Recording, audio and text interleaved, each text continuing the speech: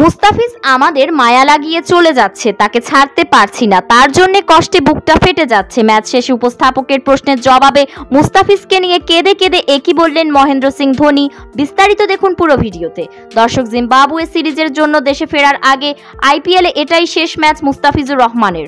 বাংলাদেশি তারকার জন্য গুরুত্বপূর্ণ এই ম্যাচে টস হেরে আগে ব্যাটিং করেছে চেন্নাই সুপার কিংস। তবে ঘরের মাঠে পাঞ্জাব কিংসকে বড় লক্ষ্য দিতে পারল না ঋতুরাজ গায়কোয়াড়ের দল। 7 উইকেট হারিয়ে 163 রানের টার্গেট দিয়েছিল চেন্নাই। এই লক্ষ্য নিয়ে বল করতে নেমে তৃতীয় ওভারেই মুস্তাফিজের হাতে বল তুলে দেন চেন্নাইয়ের অধিনায়ক ঋতুরাজ গায়কোয়াড়। আর বল করতে এসে প্রথম ওভারে দিয়েছেন মুস্তাফিজ মাত্র 3 রান।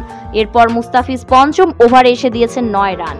এরপর 15তম ওভারে বল করতে এসে মুস্তাফিজ নিয়েছেন ম্যাডেন ওভার। তবে মুস্তাফিজ ভালো বল করলেও বাকি বোলারদের ব্যর্থতায় ম্যাচ হারে চেন্নাই। এদিকে ম্যাচ শেষে উপস্থাপকের প্রশ্নের জবাবে মুস্তাফিজকে নিয়ে মহেন্দ্র সিং ধোনি বললেন, মুস্তাফিজ হলো আমাদের দলের অন্যতম সেরা বোলার, তাকে এভাবে ছেড়ে দিতে হবে কখনো ভাবিনি। আমি কিছুতেই মানতে পারছি না তাকে ছাড়তে, তবে আমাদেরও কিছু করার নেই, এটা পুরোপুরি তাদের ক্রিকেট বোর্ডের সিদ্ধান্ত। তবে মুস্তাফিজকে অনেক মিস